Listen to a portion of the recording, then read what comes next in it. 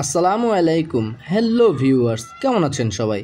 আমি এখন আছি ময়মনসিংহের নান্দাইল উপজেলায় নরসুন্দর নদীর পাশে। এখানে আমি এসেছিলাম অন্য একটি কাজে, কিন্তু এখানে এসে জানতে পারলাম এই নদীর মাটির সাথে মিশে আছে আজব এক বস্তু, যা রোদে শুকিয়ে ব্যবহার করা হয় রান্নার জ্বালানি হিসেবে। আর সেই বস্তু নিজে দেখতে চলে আসলাম। সরকার এই নদীর নাব্যতা বাড়াতে খনন করছে।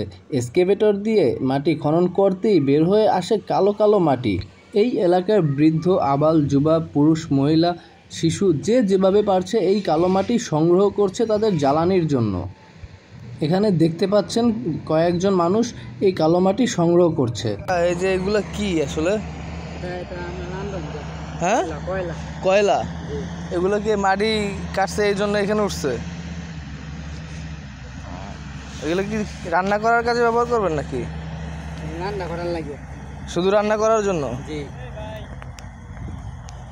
এখানে একজনের সাথে কথা বলে দেখলাম তারা রান্নার জন্যই মূলত সংগ্রহ করছে, এবং এখানে আরেকজনকে দেখছি যে তারাও সংগ্রহ করছে, ছোট একটি বাচ্চাকে দিয়ে তারা নেওয়াচ্ছে।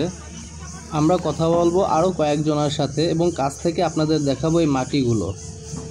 চলুন কথা বলি ওনাদের সাথে।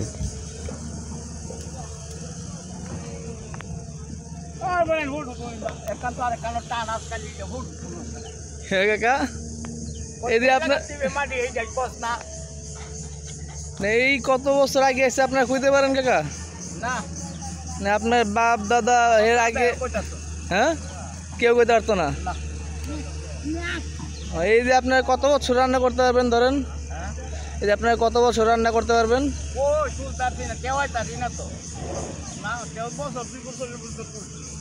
আর আমি এখন এই নদীর মাঝখানে নেমে গেলাম আপনাদের এই নদীর মাঝখান থেকে যেখানে এই কয়লা বা কালো মাটিগুলো আহরণ বা উত্তোলন করা হচ্ছে সেটা দেখানোর জন্য।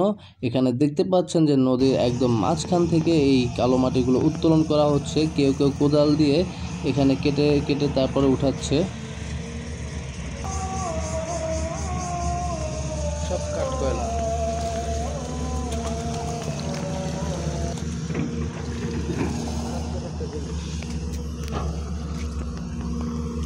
এখানে যে কালো মাটিগুলো দেখা যায় এগুলো আসলে গাছের অংশ। এটা বহু বছর আগে প্রচুর পরিমাণ গাছপালা এখানে কোনো একটা প্রলয় বা বিপর্যয়ের কারণে এখানে জমা হয় এবং সেগুলো মাটির সাথে মিশেই কয়লায় রূপান্তরিত হয়েছে। এখানে গাছের অংশবিশেষ এখনও দেখা যায়।